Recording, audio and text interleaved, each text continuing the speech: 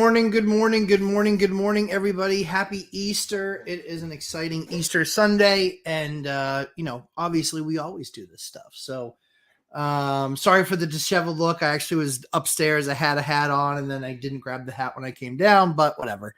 You're here for the information, not just here to look at my beautiful face. And so happy Easter, everybody. Good to have you guys here. We're going to do a short show today. As you can imagine, day is jam-packed with family activities and such. And we got to do a bunch of family stuff this morning, and we got more family stuff to do this afternoon. But wanted to talk about, I think far too often, we watch these, videos of like fake distress, right? And sadly, us as viewers, and I lump myself in with you guys because I watch a lot of YouTube, it tickles it tickles the ivories. It gets us paying attention to the sweet song of despair. And we're like, oh, geez, what's going on there? What's happening there? Very interesting. I want to follow up. I wonder what's going on with that. And so what I wanted to kind of talk about this morning was tough landlord week for me. And it's because me, no matter what, I share you the good, the bad, and the ugly, and let you guys make your own decisions. I mean, I think the toughest part about a lot of channels out there is they're kind of weak, and they don't, it's either made up distress, or it's completely manufactured, for content sake. And I'm a business guy who does YouTube, and I'm not a YouTuber. But I wanted to talk to you guys about kind of what the tough week was that we had. You're going to run into it eventually. This is one of the things that I think is one of the things I like less about commercial real estate than I like about residential real estate. A lot of times when we're talking about commercial real estate, we're talking about usually a much more expensive asset, right? A residential piece, might be a duplex, a triplex, a quad. And for those of you who don't know, a lot of, it's commercial real estate if it's 5 units and greater. And then it's obviously commercial real estate if it's meant for commerce, some sort of business, whether retail or whether manufacturing or whatever the service may be. And so one of the interesting things is that, what I've found is that you can find some really amazing deals in that space, but very often they're what I call hairy deals. And a hairy deal is, one that has a lot of hair on it. Surprisingly, I call it a hairy deal. What I mean by hair on a deal is there's wincing involved. And when I mean wincing, it's like, really? I'm not really, I don't really like that situation going on. And it could be a distressed building. It could be a distressed tenant. It could be, that there's a bunch of code violations.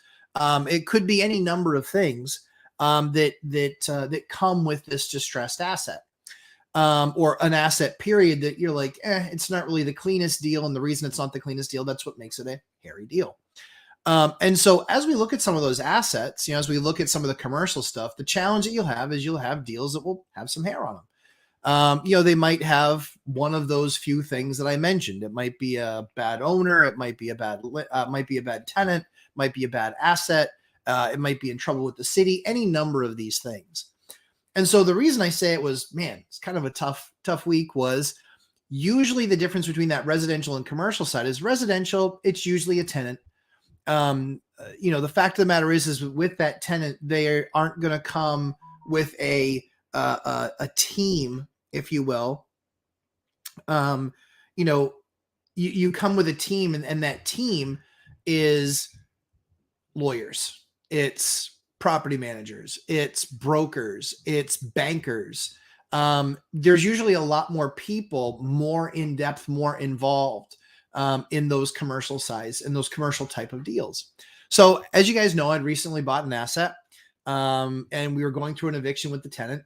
And the tenant's finally evicted, finally gone.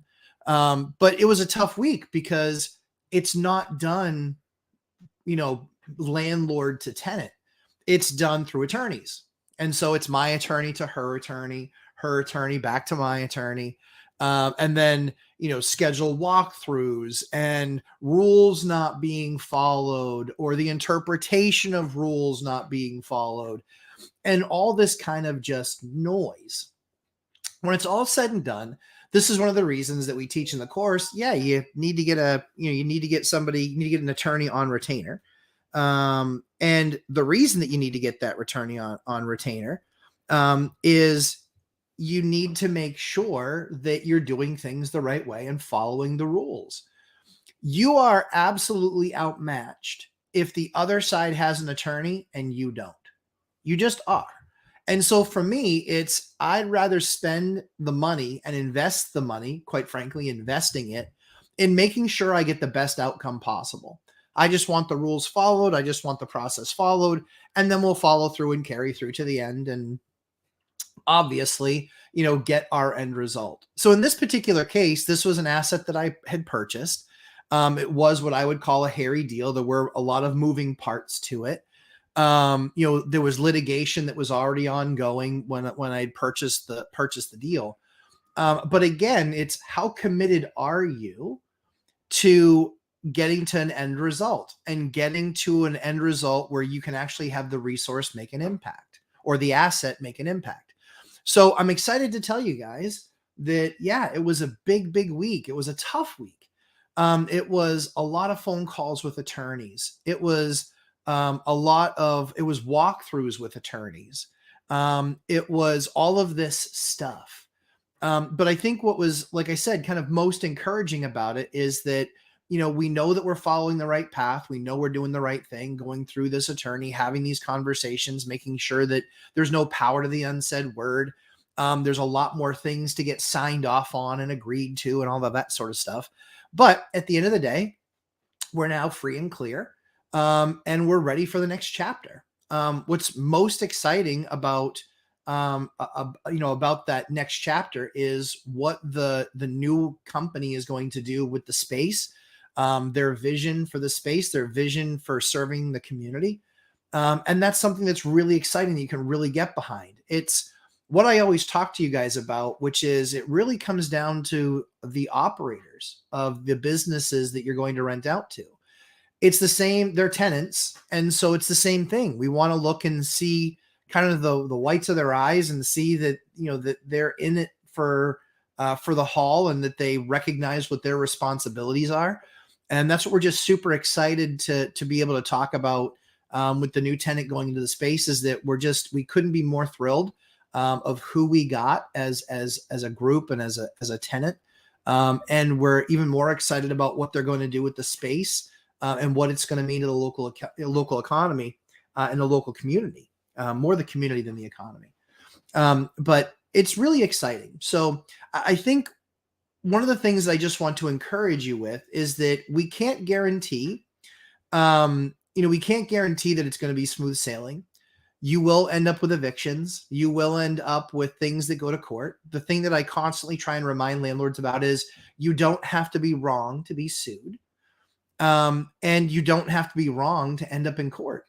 You can end up in court and they have just a horrible case. Like we have, we're undefeated in court. And all of those actions that have been brought have lost. But why is that? Is it just that we're just super lucky? No, we handle our business. We handle it right. And that comes from having a good attorneys on retainer, having conversations with them, making sure that you're handling yourself above board, making sure that you're dealing and doing honest dealings. All of those things really come into play. And so I think that the thing that I would always encourage you guys to do as landlords or as potential landlords is just try and do the right thing. Try and do the right thing. There's no doubt that we did the right thing in these cases, and it still cost me it still cost me into the 5 figures. That number might scare you, right? That number scared me. I don't like spending into the 5 figures to get my property back. But at the same time too, we did it. We did it in a way that I think was honorable and respectful, following the law. And that takes time. And more importantly, that takes counsel. That takes counsel from from good attorneys. So I'm begging my attorney to make an appearance, if you will. Um, and we'll probably do that in the boot camp. We'll probably do that just in the course. Because a lot of law is usually fairly straightforward. It's ask first and move second. And that way you make sure that you're really following the rules, following the law, following engagement. Likely others will overstep their bounds. And it's just a matter of, I want to be able to, if it does end up in court, I want to be able to say, this is how we handled it and why we handled it the way we handled it. And it be honorable and have integrity. So that's the thing that I would encourage you guys this morning is, it's going to happen. It doesn't mean you're doing a bad job. And it does mean that you have to be prepared for that. You have to have already interviewed attorneys. You already have to have somebody on retainer. You already have to understand that they know what it takes to get these things done. And you also want to make sure that, like I said, that this kind of isn't their first rodeo. So can't thank the staff enough, the team enough. They were absolutely instrumental in getting an amazing outcome. And we couldn't be more excited for the future with this new tenant. And so it's nice because, in all honesty, it's been months. It's been months that this has been in the making. That we're finally here to, because it was a case that we got involved in kind of midstream. So now we're on the other side of it, and we're able to move on. Recognize that there always comes that time, and so you're going through all those steps and all those processes just to get to the end. Now we're to the end. The new chapter's begun. It's going to be amazing moving forward. Couldn't be more excited for the new tenant and all that means to the community. And so have those great teams in place. Don't wait until you're in crisis. Don't wait until you've got some big thing that you got to jump on and take care of, and then they're caught flat-footed. A lot of people just can't take up that course load like instantaneously. And so if you have somebody that you already have relationship with, that you already have, this is where your network is your net worth. If you have those things in place, then it's a matter of just making them aware that this is the situation and, hey, this is what I'm getting into. And I'd like to work with you to kind of follow through the path. So again, wanted to give you guys those words of encouragement, let you know that doesn't matter what size landlord you are, you're going to encounter this stuff. Doesn't matter what the asset is, you're going to encounter this stuff. Doesn't matter if you're wrong or right. You're going to encounter this stuff. And so just put yourself in the best position you can to win. So with that being said, let's jump in and get to some introductions and some good mornings. Josh, good morning. Happy Easter to you as well. Flavio, good morning to Washington. Mandy W, happy Easter as well. Theta Hedge Capital, same. Well, happy Easter. Old REI guy, there's my friend Frank. Good to see you, Frank.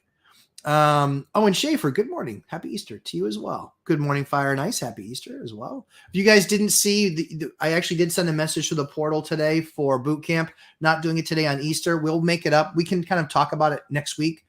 We can make up that when we can do it during the week sometime, or we can do an extra weekend session. All of those are options, but I wanted to make sure everyone had time with family on Easter. Dylan, good morning, sir. Dion, meowdy. Good morning, my buddy.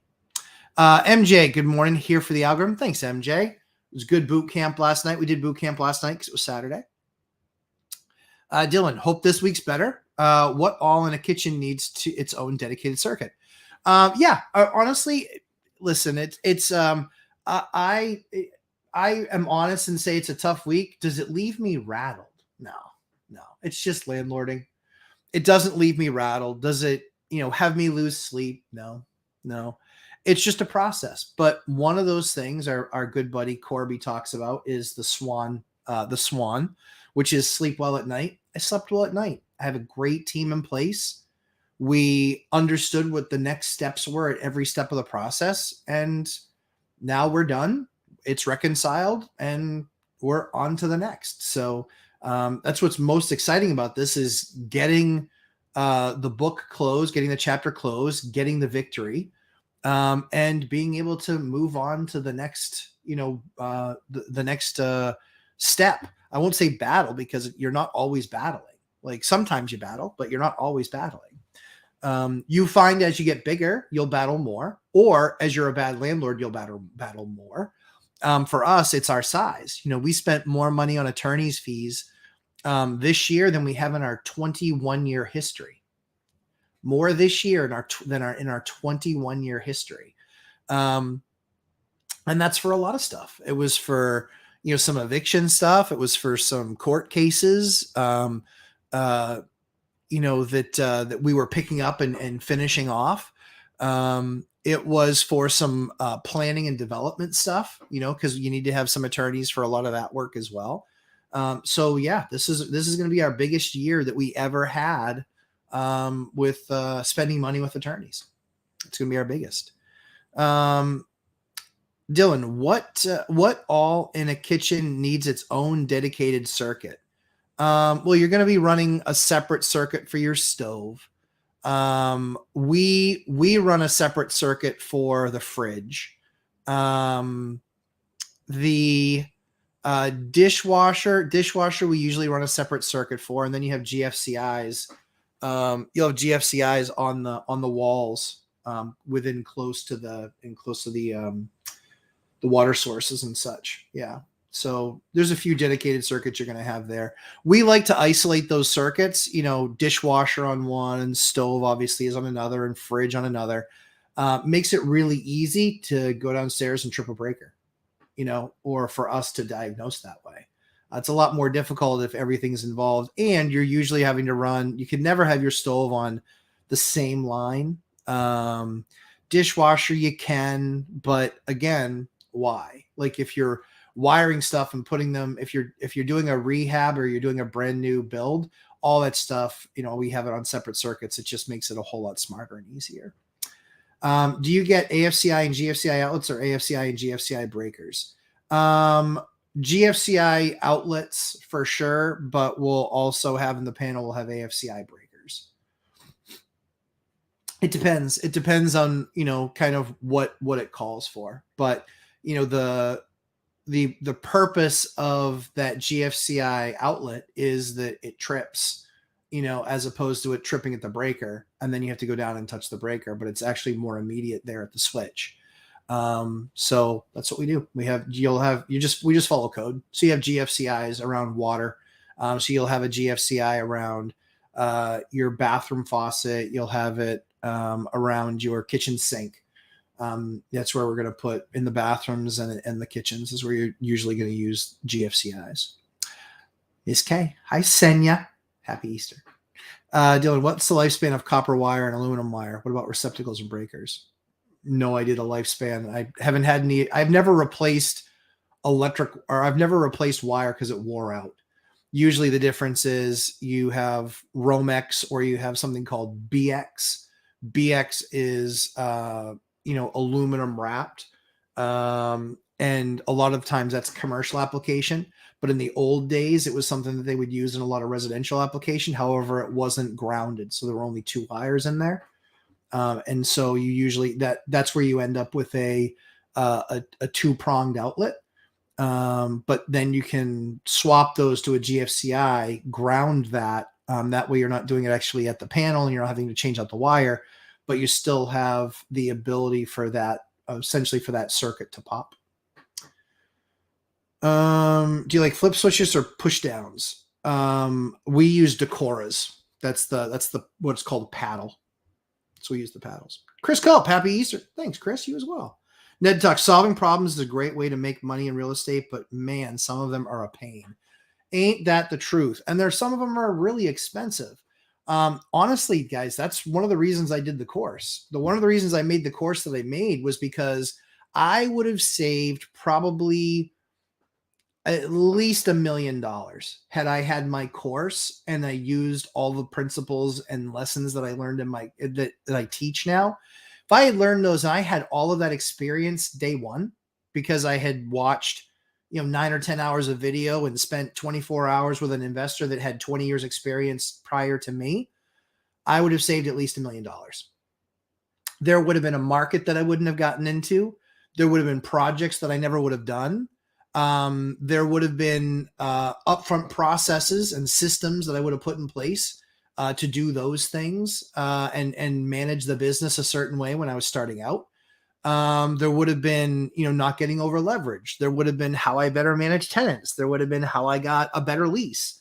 All of these things is what we teach in the course. And the whole idea of that course is to save you guys tens of thousands, hundreds of thousands of dollars because you don't have to learn the lesson yourself. Too often what I found out on free YouTube is you have to consider the length of time someone's been doing something and the volume by which they've been doing it.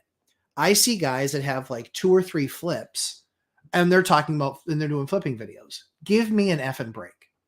Like, what a joke. Give me a break. Or you talk about guys that, that they have a 200 unit portfolio system and everything is, and it's basically syndicated. And then you find out it was 2 deals. Like, come on, really? Like, Cody and Christian, multifamily strategy, like Christian, he's done a ton of deals, right? That's where we want to learn things from. Zoob's done a ton of deals, and managing a property manager, and the fact that he had to kiss 5 frogs before he found one good one. Millennial Mike, remote, long distance investing. He's been doing that for a half a decade, but now he's got a machine kind of up and going with the right contractors, the right property managers, and then a process by which he fills the units. These are all things that, you want to learn from something that's done it. They've done it over time. They've done it consistently. You also want to learn from people that are still doing it, like still doing it today. I was in a property yesterday fixing something. Welcome to the world. Way it goes. And that's okay. That's good. I still like to keep my hands on the business. We were setting up accounts yesterday. Still, again, same thing. So, yeah, I mean, the idea is that you stay involved and you need to be learning from people that stay involved and are doing it on a larger scale. With Dion doing his first rehab, big rehab, he's like, nope, never again. Awesome. Now he loves the equity that it created. He loves the cash flow it will create, but for him, the juice isn't worth the squeeze. And he says, no, that's not my thing. I don't want to do one of those again. Cool. But he's always going to have that cash flow and he's always going to have that appreciated value, the as complete value that he's going to have in that asset. And I think he'd still say it was probably worth going through one time. And he identified that he never wants to do it again. So again, it's perspective. Corby Carter. Good morning, sir. HOA Prez, we are seeing some distressed commercial properties being converted to residential. I've seen a lot of that stuff and I don't think the numbers work. I think the numbers are horrible. There is some stuff that can be converted than more easily than others. But I think you'll find a lot of it. It's the cities willing to then work with the developer or the rehabber or the business person or company. They're working with them to figure some way of doing it out. I mean, the jail that I bought it in an opportunity zone. I have fixed taxes for 10 years that are a fraction of what anybody else buying into that market is going to pay because it's an opportunity zone. They want that space downtown thriving. I want that space downtown thriving. I want to go to the things that I'm putting in that place because we don't have them out. We don't have them in other places in the area. So yeah, there's definitely opportunity for stuff out there to be converted to residential, but what you'll find is like big office buildings, they don't make sense. There's a bunch of reasons why they don't make sense. Rob, happy Easter, not to be confused with happy delusional day. Happy Easter, Rob. HOA Prez, if you take care of your business, then your business will take care of you.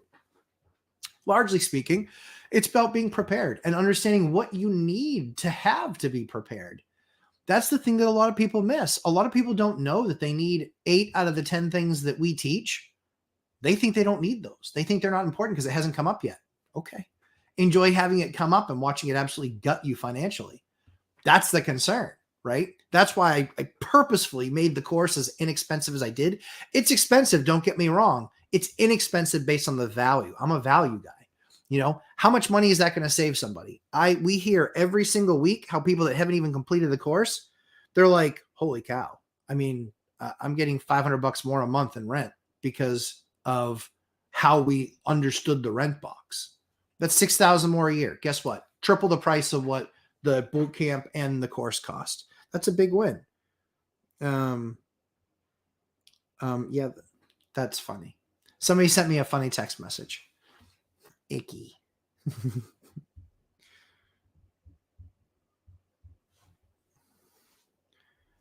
Yeah, that's funny too, though. It's funny too. Oscar, good morning. Happy Easter, dog. Good morning, Oscar. Michelle Meyer, good morning. Hey, Michelle. Oh, Larry, good morning, Frank. All nighter, there he is. Happy Easter, everybody. Hyder, when you flying home, man? You've been in Gary for a while. Fire Nice wasn't able to do boot camp last night. Cooking for Easter. Totally understand. Totally understand. That stuff will start to get up and get recorded. I filled up the cloud that they give us access to, and so we're getting those files over so they can be done. I'm pulling nails, getting ready for flooring. What an Easter. True story. Dividend Dave, he's here, but I already started. Corby Carter, name drop. Guess I should make a video. Yeah, of course you should, Corby. I mean, Corby went through the boot camp course. I know that he learned stuff from the course. Guys, this is the one thing, right? We want to make sure that we're helping the next generation of investors. It's not an age thing. It's the next people that are entering in the market. It helps me, who's helped you, when you forward videos, when you say, hey, the course was really valuable. Think about you if you didn't know me before you bought the course. If people are just out there looking and they see that there's 74,000 courses out there, right? Because there's a million courses out there. The question is, what one is going to be the most valuable to them? I think there's a ton of courses on buying property, but what about the practical management and application of rules and law and rehab and all of those things that we go through? What is a great course out there that's going to help the fellow investor get a leg up? That's what we want to do. That's who we want to help. Dylan McMahon, how do you determine what gauge wire you need for the amount of amps? Well, 15, it's not really done that way. So 14.2 is 15 gauge. 14.3 is 15 amps. 14.3 is 15 amps. All your electricians should know all that stuff. But again, that's all the stuff that we kind of teach in the boot camp. We go in depth. But yeah, figuring out, amperage on different circuits. How we design stuff is we're looking at, 14.3 is usually what you're going to put a three-way switches on, but you're also going to put your smokes on them, your smoke detectors. 14.2 is what a lot of people use for light switches and such. We like to do everything in 12.2. Just makes it a whole lot easier. And then we like to do a dedicated circuit by the windows where people might put air conditioners. Air conditioning isn't a full-time thing here. It maybe happens a couple of months a year. So we just want to make sure that we have the outlet that they can plug into where they would be most likely to put those things. Chris Cope, any idea when the posting of boot camp recordings? Yeah. So like I just said, we've got stuff recorded. I ran out of cloud space, so they couldn't get access to it. So I have to actually send them the video and then have them do it. And so that should be this week, especially now that we're past this absurd craziness. HOA Prez, have a safe Easter. Thanks, HOA Prez. You as well. Senya, on your win. Thank you very much for congratulations on the win. We're very excited. Hi, Matt. On your last live, you mentioned Section 8 calculates rents based on the average of the first 5 of the last 7 years. Is this state specific? No, that's federal. That's federally. It's state specific, the numbers, but the formula is federal. The formula is federal. State specific is what the actual amount is. Do you need permits for rehabbing kitchens? Depends on your locality.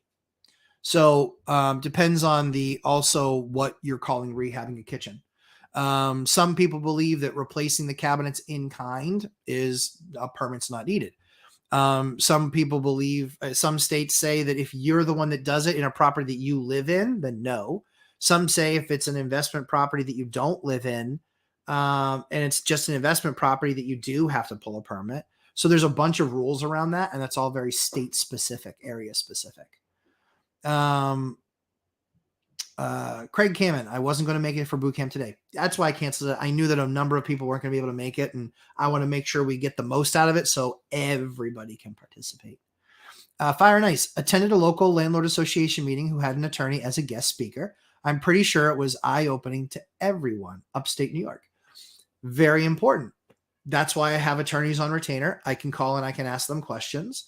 And I can also send them an email and get the response back to those questions. The fact that I think that message boards are overdone, putting everything out there. And what I really hate is the anonymous. Listen, don't do anonymous. Put your name in there. It's important. Put your name in there. You want to build a reputation that you're somebody that's learning. That's helpful. Anonymous is wrong. Anonymous is wrong. Own up, say who you are. That way people know that you're learning, and it's going to go much better for you. And you'll be appreciated in the community because they will start to see your name and see that you're continuing to learn.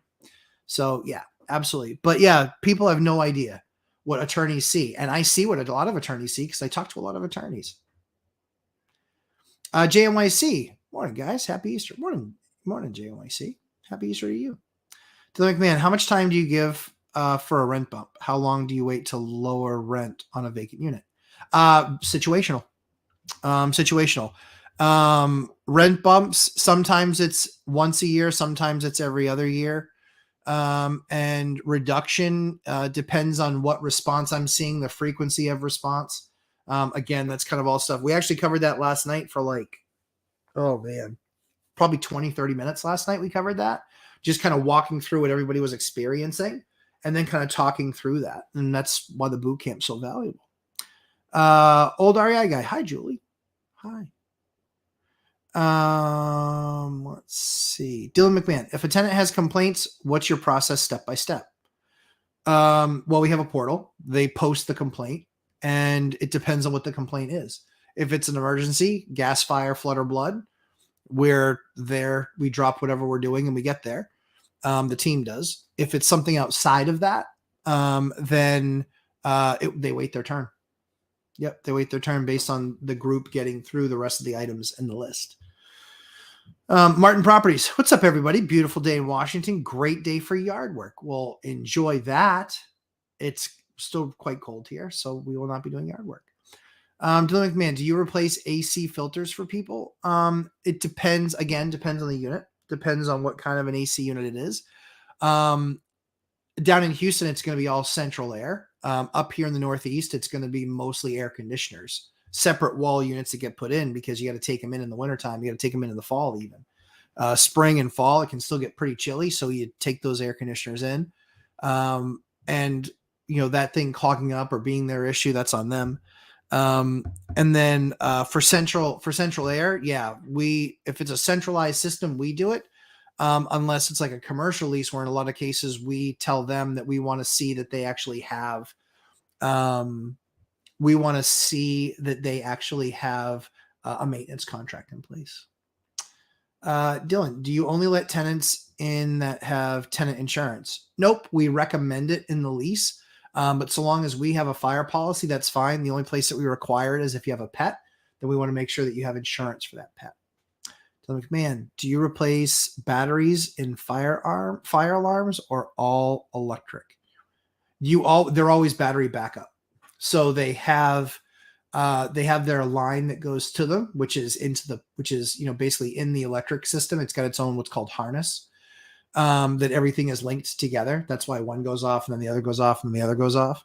That's how they're set up to work. Purposefully. That way, if there's a fire on the third floor, all the other floors find out about it. And they have a battery. They usually have a 9-volt battery backup. Then there's other ones that actually come with like a 10-year battery. So they'll do those. Dylan McMahon, if one unit has pests, can you have it in the lease that states people who caused it pays? Yep. Depends on your state, but in our state, we can. Do you have maintenance living on property? No. That's only for really large buildings. And quite frankly, that's one of the things that I don't like about large buildings. I think it's in California. It's either, 18 units or 16 units? I think it's 16 or 18 units. Anything larger than that, it requires you to have somebody living on site. A lot of times you can get away with, giving that person a break on the rent, but then you're not counting that in how you're factoring the finances of the building. In our stuff, we don't have anything that big. Everything that we do is small multifamily for the most part. Martin Properties, our tenants already paid rent for April. So glad we waited for a good tenant. It's one of the things we talk about all the time in the course. We talked about that last night, actually, at length. Somebody's like, yep, first one that qualifies. It's like, okay, but maybe they weren't that good. Maybe they were okay, but maybe they weren't that good. Be patient. It could be that time of year. It could be this. It could be that. That's why you want to have some in reserves, is because you're far better off waiting a month for the right tenant than taking the first tenant that you can get that's close enough a week or two in. Let's see. I didn't see Josh's message. Dylan might have taken over the chat. Any AC tips or plumbing tips you can think of now for preventative maintenance? The preventative maintenance, it's having those guys there where they have a list of things that they run through themselves, for sure. Do you record your tenant screenings? No. Do you provide any furniture? What appliances do you provide? Dryers, washers? Depends on what the unit calls for. So obviously fridges and stoves. Depends on if they have a dishwasher spot. Depends on if they have a microwave spot. Usually when we've rehabbed a unit, we have the microwave above the stove because we also want that rolling and venting. So that's usually what it does. Yep, 20 amp does require 12 gauge. That is correct. And then you've got different gauges. So you have basically 14.2, 14.3, 12.2, 12.3, 10.2, 10.3, 8.2, 8.3. Then you'll have 6.3. You have 6.2. Probably have 6.2 for some application. But yeah. Yep. And then the lower the number is, the more expensive it is per foot. Miss Senya. If you already have a couple of deals under your belt and you found a possible deal source, how do you raise private money if you don't know many people? You get to know more people. You can always do hard money loans. You need to build a track record. Let's say I have, you want to find people that want access to the real estate market that don't want to do the day-to-day. And usually it starts with friends, family. You advertise what you're doing. That's why a YouTube channel is helpful. You advertise what you're doing. You share with people what you do. I get offered money all the time. I get offered to do syndications. I get offered to do JVs. I get offered to do that stuff pretty often. Not interested. Not my thing. I have enough money now that I can do most projects that I want to do. And I don't have to take on a partner other than working with a bank. And when you get that great relationship with the bank, guess what? They have money and it's their job to lend it out. It's just what terms are going to lend it out on. And I can tell you that that money is cheaper than private money. Almost always is. Julie Anderson. Yep. I said never again. 13 rehabs later. I know it's an addiction, right? It's because you see what you can do in a unit and see kind of how you turn it around and what you can make it look like. Like that transformation is really awesome. 15 amp needs 14 gauge, right? Yep. It's true. And then yes, it's inverse from there. Craig Cammett, electrical code is determined by the state. So check your state and electrical code, state electrical codes. That's true. Yeah, largely they're the same because there is what you'll find is it's national electric code. So there's a national electric code, and then those codes get adopted by the states, but they also get adopted by the municipalities in many areas. As an example, I have one town that I've worked with that has actually adopted 2014 code. That means that they're on 2014, the 2014 code, the national 2014 national electric code. I have another town that is at 2022. The code is different from 14 to 22. A lot of towns look at it and they say, we can't afford to adopt this code based on all the things that we have in flux right now. So we're going to wait. We're going to make sure these rules and items stick, because it can be what they require for AFCI breakers. It can be what they require for a mast coming out of the top of a meter socket. There's a lot of different things in flux, and amazingly, the people that actually create the electric code, shockingly, they work for the 5 largest manufacturers of electrical equipment in the country. I wonder. Most people don't know that. Could you explain short-term cap gains? Yep. Short-term cap gains. If you've owned the property for less than a year, I want to say it's a big number. I think it's 50%, something crazy like that. Or if it's more than a year, it's 20%. And if it's more than 2 years, I think it's 15%. But you'd have to follow up with a CPA, because we don't really sell anything. We're not flipping stuff. And so it doesn't usually apply to us. Do you think a duplex to a quadplex has less turnover? Has less turnover than what? Dylan, how does over and under development affect the market? Well, supply and demand. So if there's a lot of supply coming on the market, but it's all super expensive, what's the demand going to be for that super expensive stuff? So it really just comes down to supply and demand. Martin Properties, how's retired life? It's really good. It's been busy because there was kind of like that pent up demand, right? So for the last 6 months that I was working for the new company, it was a lot more work. It was a lot more teaching them everything and setting out processes and setting up engines and doing all of this stuff that I wanted to do. And so it was a lot of heavy lifting. But then after I decided to let that go, but that was 6 months where it was like, there were a lot of things that I had to take the back burner. Then I took a 2-week vacation, spoke at the ORAD event, which was awesome. And now we're kind of getting through all that stuff. So every week gets less. And now we're jumping on the new bigger projects, the 5-unit and the jail. We're jumping into those projects. And I was on site at the jail 9 times last week. It was a lot. And then this week we'll be on site probably not as many times. Probably be on site this week, maybe 4 or 5 times. So it won't be crazy. What is the family doing for Easter? We are going to the in-laws this afternoon for Easter lunch, dinner.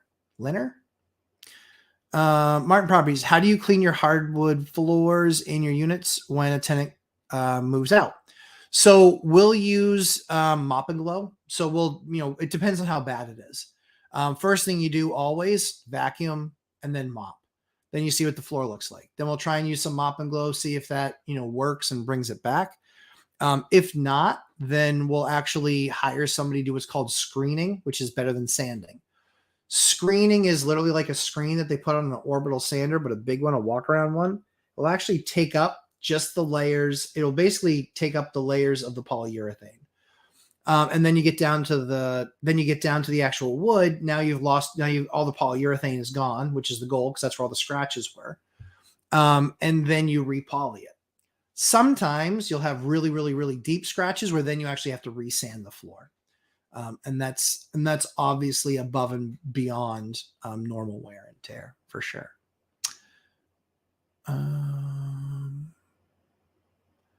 Lifespan of copper and galvanized pipes. It varies based on the environment, varies based on how hard the water is. It varies on a lot of stuff. The only thing you can do is really inspect them and see if they're still in good shape. Galvy, anytime we find Galvy, we rip it usually, because most of it's beyond its service life. The like button needs some love. Thanks, Josh. I appreciate that. I agree. Dylan, do you ask for a list of exact amount of materials from contractors? If not, why would you, if you don't trust them? Well, if I don't trust them, they don't work for me. But I buy all my own product anyway. I buy all my own product. I don't need to pay up charges on that stuff. I don't need them carrying the paper. And they're just going to show up to a supply house and say, I need 47 of these. That's not what I'm going to do. I'm going to go to a bunch of my trusted sources and try and buy it for a whole lot less. Somebody said to me, on a project, we were looking at breakers as an example. We need like 110 of breakers that are $50 a piece. Do the math, $5,500. I bought those same 110 for like $3,000. Save myself $2,500 because I shopped. And it's not a slight on them. Their job isn't to save me money. Their job is to get the job done. So I just need to make sure I have all the material that they need in their hands when they go to start the job. That's the better idea. Chris Culp, Matt, any risk of using a 1099 contractor so much that they may look like an employee? Tax swipe. Yep. Or any related concerns of heavily using a particular contractor in my de facto maintenance lead? De facto. You mean de facto.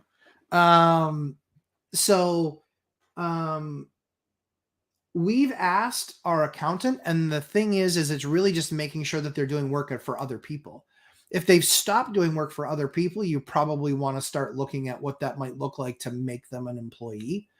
For us, we did that this last year. We had somebody that was doing some other side work, but now they do so little other side work. We don't bar them from doing it even when they're an employee, but now they do so little that they really are an employee, and we're happy to have them. And so that's what we've actually set up, is now they are actually an employee.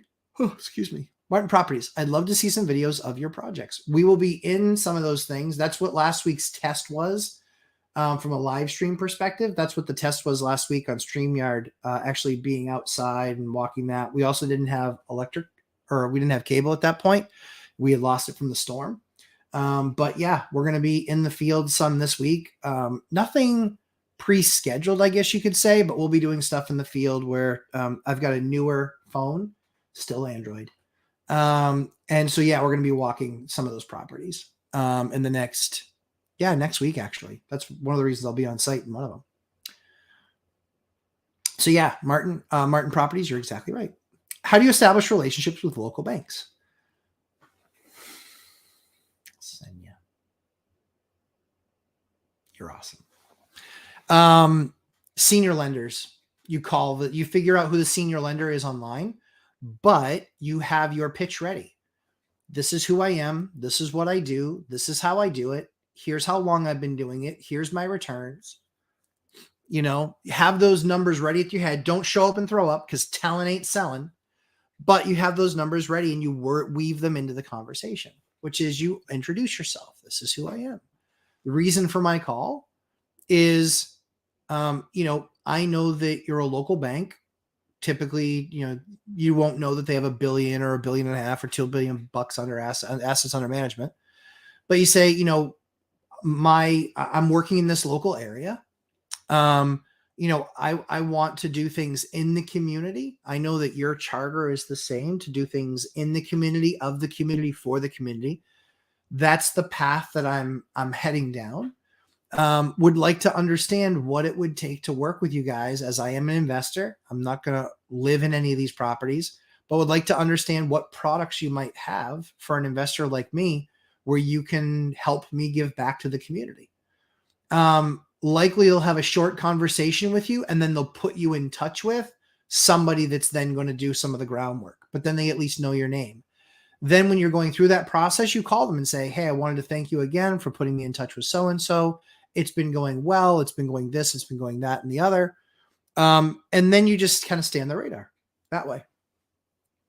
And so now I can be one of the guys I formed a relationship with 8 or 10 years ago is now the president of a bank. He's a president. So he doesn't give me special rules.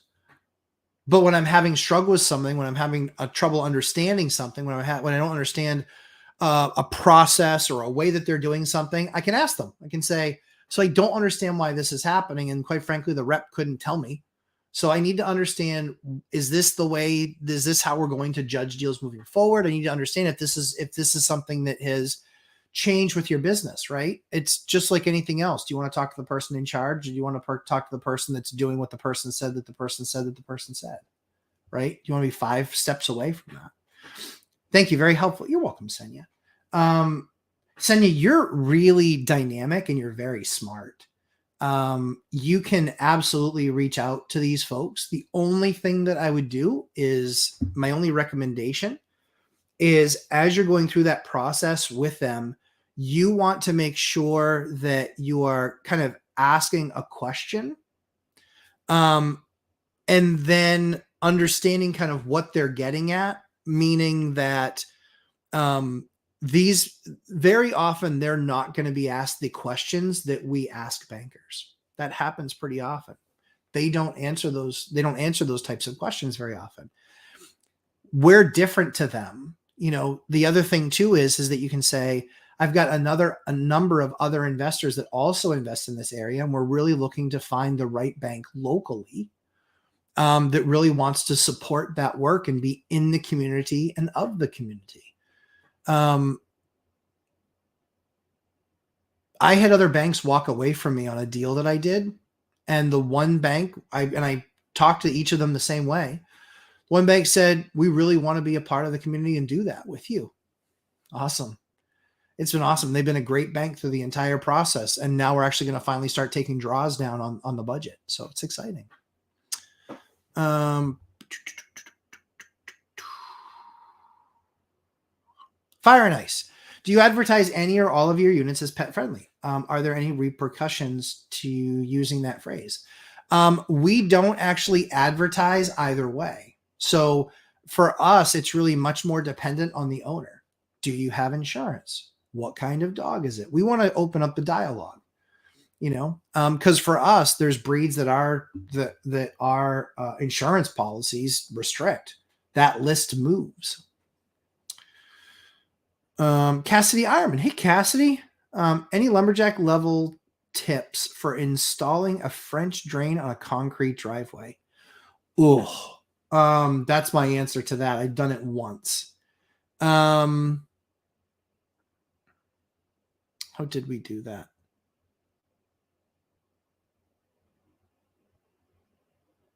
I think, how did we do that? I think if I remember correctly, I think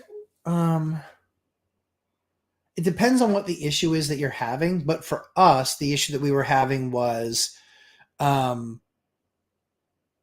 runoff, and it basically pooling at the bottom and then creating just ice at the bottom when it would rain, or when it would freeze and then thaw and then freeze up again. So one of the things that we did was just at the very end of the concrete, we actually then essentially dug out and we put in a drain there at the end, and then had it essentially just feed off to the sides. That way we didn't have it, creating this massive issue down at the bottom.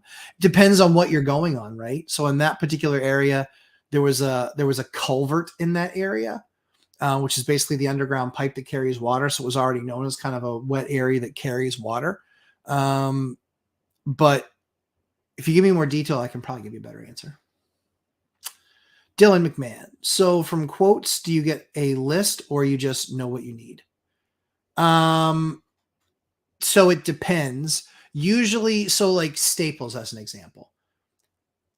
Electricians are very particular with the type of staples that they use. Some like one type, some like another type, some like another type. I don't buy staples. Wire nuts. Some like one type, some like another type. Some don't like either type. I don't buy wire nuts. What I buy is I buy the big stuff that it makes a difference, meaning that it's expensive. Panels, breakers, wire, because I'll buy tons of wire. I will usually buy 5 to 10,000 feet of wire multiple times in a year. And I buy it that way because I get a much better price, and then I just work through the inventory. If you're trying to do it one-off, you can look at like Facebook Marketplace, you can look at Craigslist. A lot of times there's people that ran a job and they have an extra couple rolls, 2-3 rolls, and they're just like, what are they going to do with an extra 2-3 rolls? And then they'll put it out there for 40% off what you buy for it at the store. But yeah, that's a lot of times what we'll do. There's also a lot of times that there's like big manufacturers or big distributors that will buy hundreds of thousands of feet, and they'll buy pallet after pallet after pallet of it. And maybe something's moving a little bit more slowly. And then they put it out there and they go, hey, yeah, we're going to sell this many reams or this many rolls at X price. You might have to travel an hour or an hour and a half. And I've gone and I've picked it up and thrown it in the trunk and done my thing.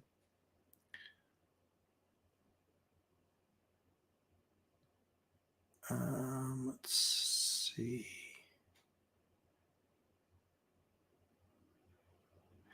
Trims have a lot of value just because they look nice. Yep. Yeah. If you look at builder grade, it looks like junk. Looks like junk. I want something that looks far more dynamic, that has, some nice edges to it, that, when I painted a nice bright white, it accents the color on the walls. I'm looking around because, like, you see the chair rail behind me. That's a silly little thing, but it breaks up the wall, makes it look prettier. So yeah, it's about product selection. A lot of people will pick, because they're lazy, they'll pick the 6-panel hollow core doors. That door is 120, 125 bucks. The door that I buy is 300 bucks. It's a Craftsman 3. We talk about those in the series, in the course, because it's a solid core door. They don't break. They don't make noise. They're really solid construction. And if I put that door in, do you know that most of the time that I take over a really old house, do you know how often, if it was owned by, a family or a mom and pop or whatever, they rarely will have changed the doors. And so I'm taking over a building that has 120-year-old doors. It's because they're solid core. Then the places that get these hollow core doors in there because they cheaped out and they don't really care about curating an experience for their tenants, many of those are broken. A lot of them. Stella Properties. All right, I'm a few away from finishing up for the day.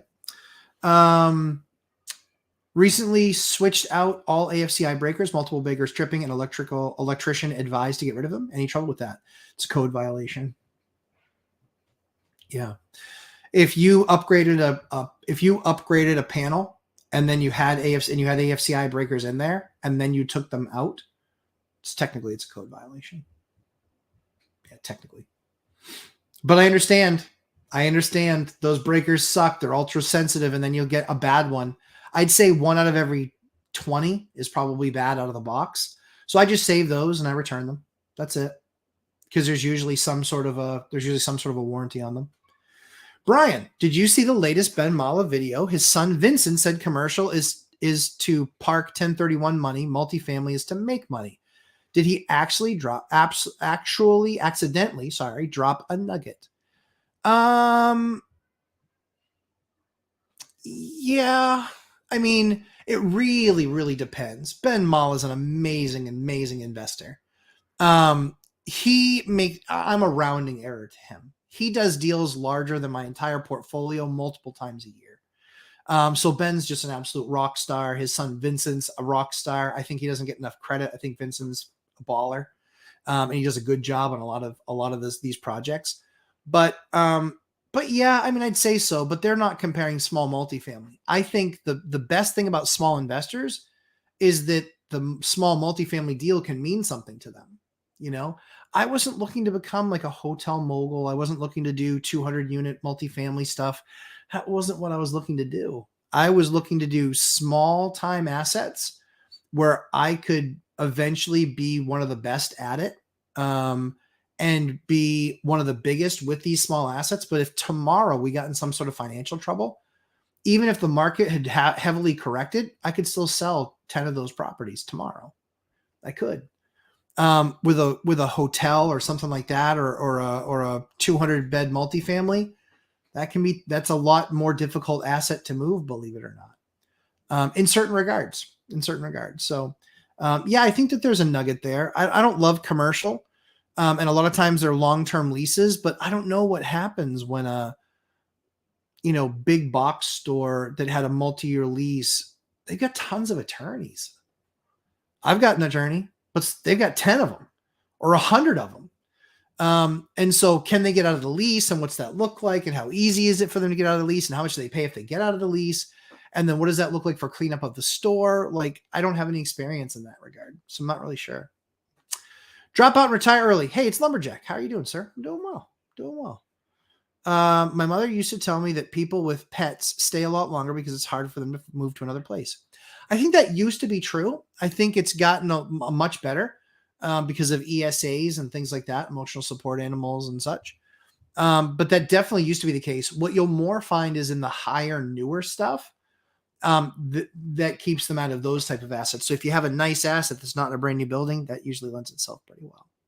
Craig Cameron, I haven't run across that here, but makes sense on towns having their own codes. Yep, I did know. So it's not having necessarily their own codes. It's much more about the adoption of such, right? I just want to make sure I didn't misspeak. So they don't select their own, they don't have their own codes. They select what national code year they connect to. That's how they do it. So it's either 2014 or 2016 or 2019. There's one town that I heard that is actually still on 08.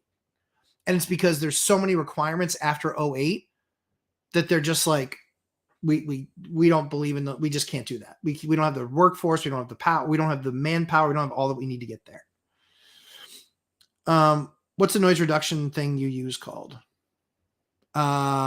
We do all sorts of stuff. So we do thermofiber or rock wool insulation. We use quiet rock. We use resilient channel. We use all sorts of different things to do it. Depends on what the application is. Drop out and retire early. Have you ever thought about just slowing down on acquiring properties and stack up massive gas and becoming your own bank? So sort of, we kind of have. We did that a couple of years ago, but the market, we created a bunch of capitals, purposefully speaking, because we thought rates being what they were and payments being what they were and returns being what they were, the best time to invest was 2020 and 2021 by far. And we bought 40%, 45% of our portfolio in those 2 years. I'm looking pretty smart right now. And we slowed down. Now we've done deals, but we've done like 2, 3, 4 deals in a year, and they've been very specific deals. So that's the truth. Dylan McMahon, no, I don't use hollow core doors, only solid core. Hollow cores are junk. JMYC, how do you get rid of dog or cat pee smell? Any magical product? Yep. It is the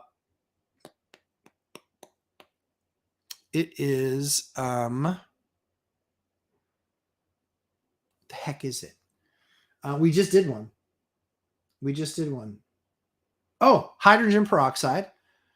And that will pull what smells, that will pull the ammonia up out of the wood. If it's carpet, rip up the carpet, rip up the pad. And this is what you have to do on the subfloor. And depending on how drenched it is, but we pour hydrogen peroxide, let that pull the ammonia up out. And then we put baking soda on top of it. We let the baking soda soak up the smell and soak up that junk that's there. And we just treat until it goes away. And it works really well. Nothing I've found online is particularly awesome. I haven't tried poof yet. The stuff the guy sprays into his mouth. Cassie, steep driveway with a garage at the bottom. Okay. The road is angled, but on a hard rain, the water gets into the garage. Yep. Neighbor right next door, so can't just drain into their yard. Yep.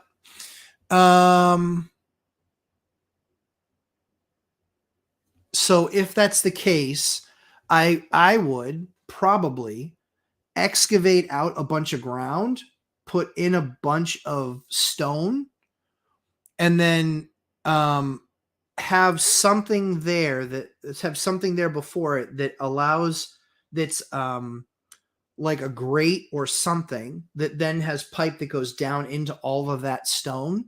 That's what I would likely do.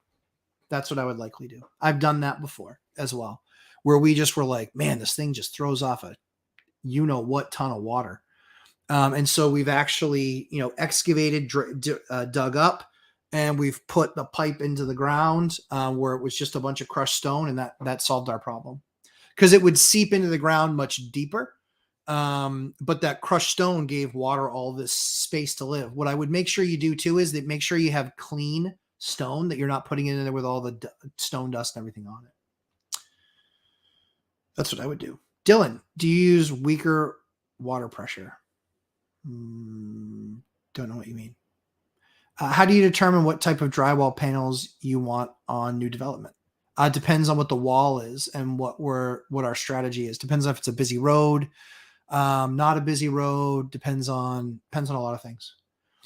That's why we do the boot camp, in all honesty. That's why we do the boot camp, is because there's not a hard pat answer for this is what we always use no matter what. there's always, this is what we use based on the application. Yes, we put screens on our windows. We use a local window manufacturer that builds to a spec. They don't, that's really our focus. Does that answer again? Yeah. Becoming my own bank. Yes. So yes, the answer is yes, we will. We kind of are now. We have like a hybrid self-insure the way we insure our stuff now. So yeah.